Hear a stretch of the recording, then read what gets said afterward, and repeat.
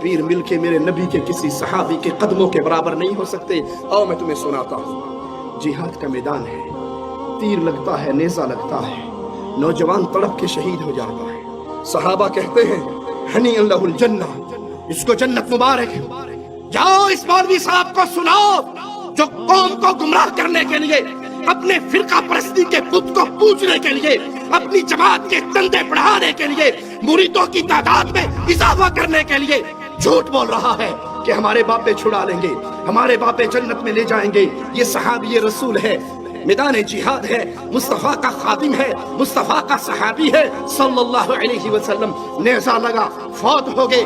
ساتھی نے کہا اس کو جنت مبارک ہو. پیارے نبی نے فرمایا، پیارے حبیب نے فرمایا، پیارے مصطفیٰ نے فرمایا، امام کائنات نے فرمایا، محمد الرسول اللہ نے فرمایا صلی اللہ علیہ وسلم، کلا والذی نفس محمد بیدہ، اللہ کی قسم ہرگز نہیں، اس رب کی قسم جس کے ہاتھ میں محمد کی جان ہے، اس رب کی قسم جس کے ہاتھ میں محمد کی جان ہے، تمہارے اس ساتھی نے خیبر کے مال غنیمت میں سے ایک چادر چوری کر لی تھی. وہ چادر آگ بن کے اس کو لپیٹ چکی ہے.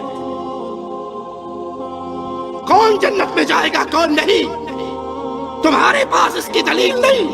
جنت میں وہ جائے گا جس کے بارے میں اللہ کہہ دے، جس کے بارے میں محمد بتا دے صلی اللہ علیہ وسلم. باقی حسن ظن کیا جا سکتا ہے کہ انشاءاللہ یہ جنت میں جائے گا اگر موحد ہوگا، اور اگر مشرک ہوا تو اس کے لیے حسن ظن بھی ہو سکتا. آج تم نے مردوں کو غوث اعظم اور غریب النواز بنا کے اپنی جماعت کی تعداد تو بڑھا لی. جو مرضی کرو، ہمارے نذرانے دیتے رہو، جنت پکی ہے. ایک ملنگ کہتا ہے کہ مولا علی جنت کے دروازے پہ کھڑے ہو جائیں گے، فرشتے جہنمیوں کو لے کر جا رہے ہوں گے، مولا علی ان میں سے ڈھونڈ ڈھونڈ کے اپنے ملنگوں کو چھین چھین کے جنت میں بھیج رہے ہوں گے. انا للہ و انا الیہ راجعون. میں شیر پیا پڑھدا ان سارے تو وزنی شیر ہے. دیکھنا میرے پاس سونا میرا مولا، او اللہ دے قریب علی، سونا میرا مولا، او اللہ دے قریب علی. او دوزخ دے بوئے تو ہاتھ نپ کے، دوزخ دے بوئے تو ہاتھ نپ کے، تے جنت پہنچا جان.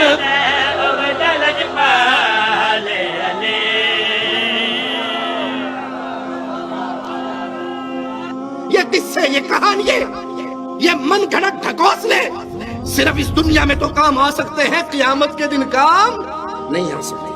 صحیح بخاری میں سیدنا ابو ہریرہ رضی اللہ عنہ سے روایت ہے، وہ کہتے ہیں میں نے رسول اللہ صلی اللہ علیہ وسلم سے سوال کیا، من اسعد الناس بشفاعتک یوم القیامہ، اے اللہ کے نبی صلی اللہ علیہ وسلم، قیامت کے دن وہ خوش نصیب کون ہے جس کو آپ کی شفاعت نصیب ہوگی؟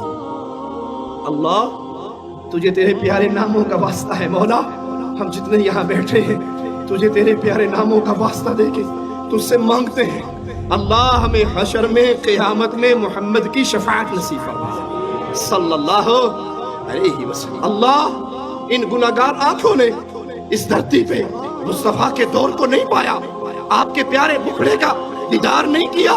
اللہ محمد کے دیدار سے جنت میں محروم نہ کرنا صلی اللہ علیہ وسلم. اللہ جنت الفردوس میں مصطفیٰ کے ساتھ ہمیں بٹھا کر جنت عطا کر کے جنت کی سب سے بڑی نعمت اپنے چہرے کا دیدار کروا دینا. پیارے حبیب صلی اللہ علیہ وسلم، وہ کون خوش نصیب ہے جس کی شفاعت قیامت کے دن آپ کرو گے؟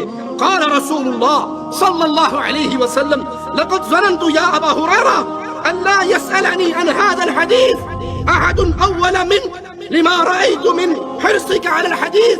ابو ہریرہ مجھے پہلے ہی یقین تھا، جتنا تجھے شوق ہے احادیث کو یاد کرنے کا، تیرے اس شوق کی وجہ سے مجھے یقین تھا کہ یہ سوال تیرے علاوہ تجھ سے پہلے کوئی اور نہیں کرے گا. یہ سوال تو نے کیا تو اس کا جواب سنیے. پیارے نبی اس خوش نصیب کی تعریف بیان کر رہے، اس کا تعارف کروا رہے. وہ کون ہوگا جس کو قیامت کے دن نبی کی شفاعت ملے گی؟ اسعد الناس بشفاعت یوم القیامہ من قال لا الہ الا اللہ خالصا من قلبه او نفسه.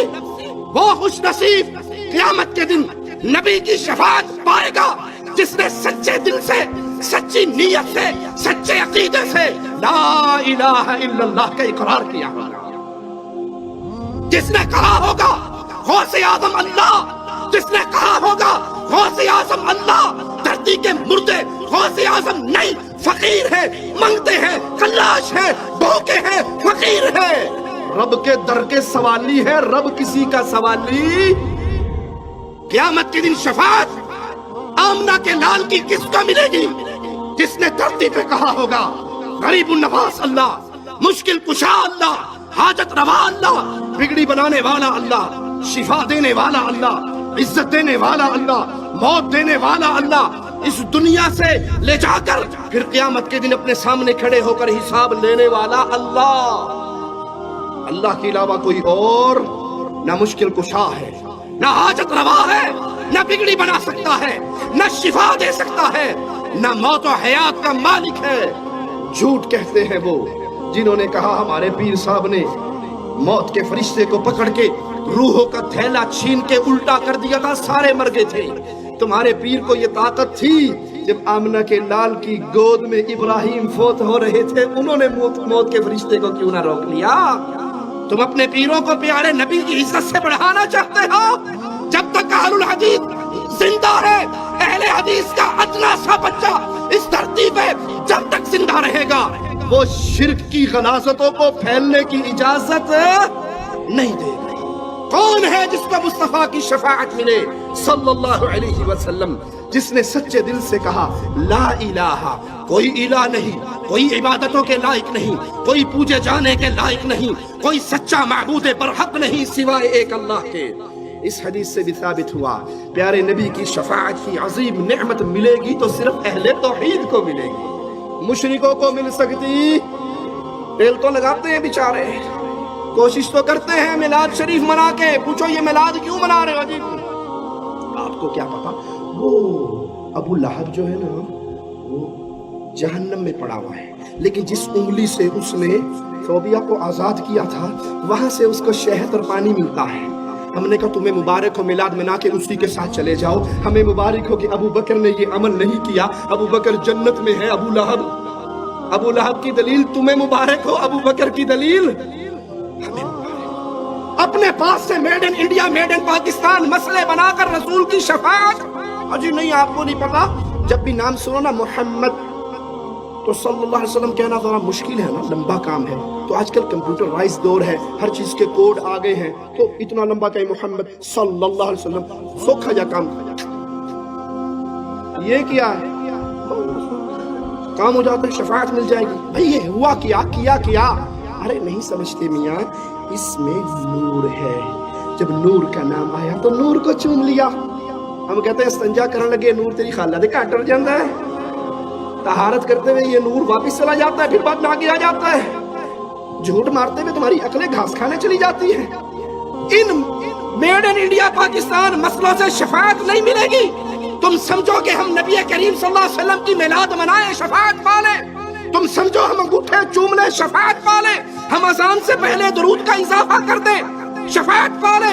شفاعت کا طریقہ خود پیارے نبی بیان کر رہے صلی اللہ علیہ وسلم۔ توحید کو سیکھو گے، لا الہ الا اللہ کو سچے دل سے دل و جان سے کہو گے، ایمان لاؤ گے، قیامت کے دن مصطفیٰ علیہ السلام کی شفاعت ملے گی۔ حدیث نے سمجھا دیا، توحید جتنی مضبوط ہوگی اتنی جلدی اس خوش نصیب کو نبی کی شفاعت کا حصہ ملے گا۔